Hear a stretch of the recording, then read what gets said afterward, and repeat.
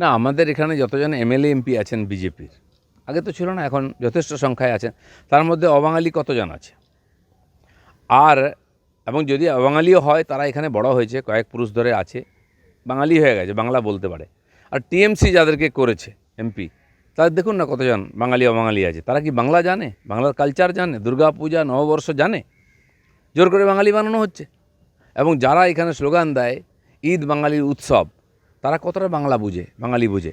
তো বাঙালি সেন্টিমেন্ট নিয়ে খেলতে পারেন, অসুবিধা নেই। বাঙালি এত ঠুনকো নয়, এত বোকা নয় যে কেউ বাঙালি বাঙালি চিৎকার করলো, তার ভবিষ্যৎ চুরি করে নিল আর তাকে ভোট দিয়ে দেবে। এত সহজ নাই। বাঙালির নামে, হ্যাঁ, আমরা গর্বিত। বাংলার বহু মহাপুরুষ সারা দুনিয়াকে দিশা দেখিয়েছেন, তাদের জন্য আমরা গর্বিত, সবাই গর্বিত। কিন্তু তাদের নিয়ে রাজনীতি করতে হবে জঘন্যভাবে। আর আমার মনে হয় পশ্চিমবাংলার মানুষ এটা সহজে মেনে নেবে না। তার মানে এই সরকার পুরো দেউলিয়া হয়ে গেছে, এদের কাছে কিছু নাই বলার। তখন এই শেষ অস্ত্র করেছে। আর অবাঙালিদেরকে অপমান করা হচ্ছে, তাড়ানো হচ্ছে, ভয় দেখানো হচ্ছে, দোকান বন্ধ করে দেওয়ার কথা হচ্ছে। কোথায় সংবিধান এই অধিকার দিয়েছে?